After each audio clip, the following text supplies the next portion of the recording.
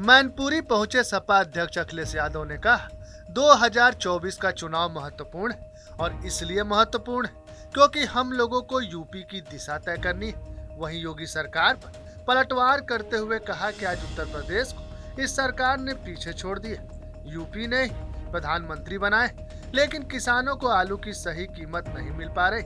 आगे बेरोजगारी पर बोलते हुए कहा कि ये सरकार कह रही है कि 100 में से 4 लोग बेरोजगार।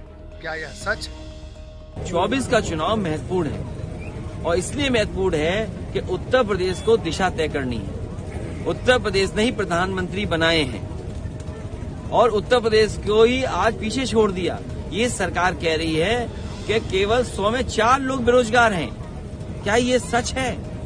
किसान की आय दोगुनी, बताओ आलू भटक रहा है किसान, आलू की कीमत क्या दे रही सरकार? डीजल पेट्रोल महंगा, सिलेंडर दे नहीं पा रहे।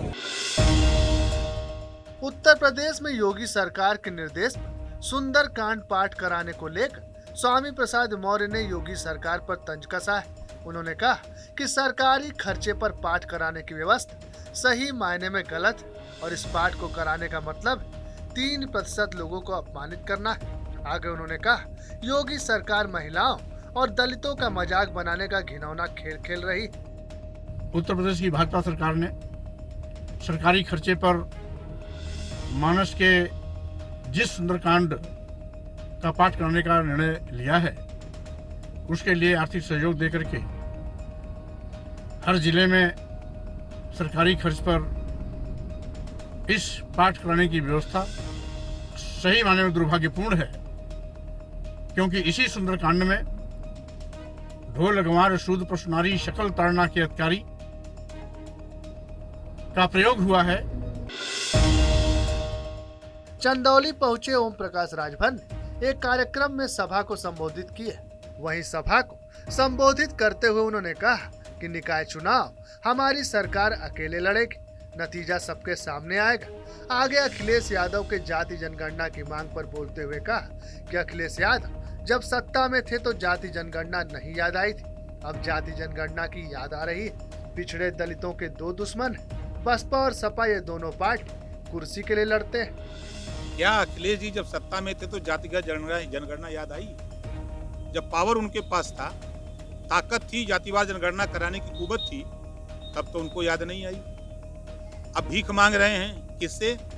भारतीय जनता पार्टी से। जब आप उस कुर्सी पर थे, आपकी भी पार्टी कांग्रेस को समर्थन दिल्ली में दी थी, तब आपने जातिवाद जनगणना क्यों नहीं कराई? आज प्रमाण है कि नीतीश जी जातिवाद जनगणना करा रहे हैं। केंद्र से ठीक है उनका गठबंधन सरकार थी, लेकिन आज गठबंधन टूट गया, वो करा रहे हैं। उत्तर प्रदेश के प्रयागराज में हुए शूट आउट हर रोज नए खुलासे हो रहे हैं। इस बीच प्रयागराज शूट आउट का नया वीडियो सामने आया है। इस वीडियो में राजू पाल हत्याकांड के गवाह उमेश पाल पर हमला करते हुए 3 आरोपियों को देखा गया है। वहीं वीडियो में साफ तौर पर अतीक अहमद का बेटा असद और बमबाज गुड्डू मुस्लिम भी नजर आए। चंदौली पहुंचे केंद्रीय गृह राज्य मंत्री अजय मिश्रा टेनी ने सीआरपीएफ के ग्रुप सेंटर के 3 नए भवनों का लोकार्पण किया। वहीं विपक्ष पर पलटवार करते हुए कहा कि विपक्ष के लोग चुनाव हारने के बाद हताश और निराश। साथ ही आगे उन्होंने कहा कि इनका दिमाग खराब हो गया है, जिस वजह से अनर्गल बयानबाजी करता है विपक्ष।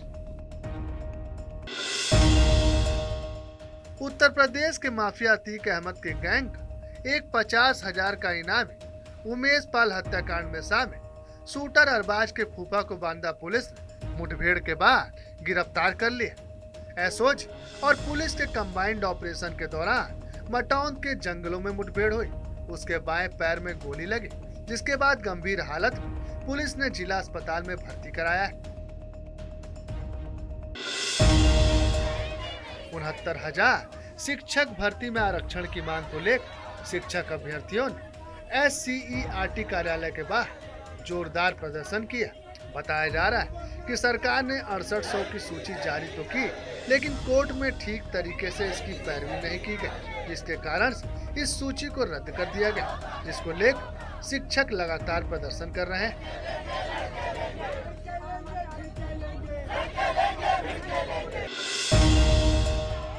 उत्तर प्रदेश बिजली कर्मचारी संघ ने पूरे प्रदेश में प्रदर्शन किए। वहीं उनका कहना है कि सरकार लगातार निजीकरण को लेकर आगे बढ़ रही, जिसका हम विरोध कर रहे हैं। वहीं आगे उन्होंने कहा कि निजीकरण का विरोध इसलिए कर रहे हैं कि उपभोक्ताओं के साथ साथ कर्मचारियों का शोषण किया जाएगा। अगर निजीकरण हुआ तो बिजली चार्ज बढ़ जाएगा, जिससे यहाँ के किसान और आम नागरिकों पर इसका भारी असर पड़ेगा। अगर सरकार हमारी मांगों को नहीं मानती तो हम व्यापक रूप से आंदोलन करने पर मजबूर होंगे। मुख्यमंत्री पुष्कर सिंह धामी ने गैरसैंण विधानसभा सत्र के दौरान कृषि विभाग की ओर से आयोजित श्री अन्न भोज के दौरान पारंपरिक गीत के बीच पहाड़ी व्यंजनों का आनंद लिया।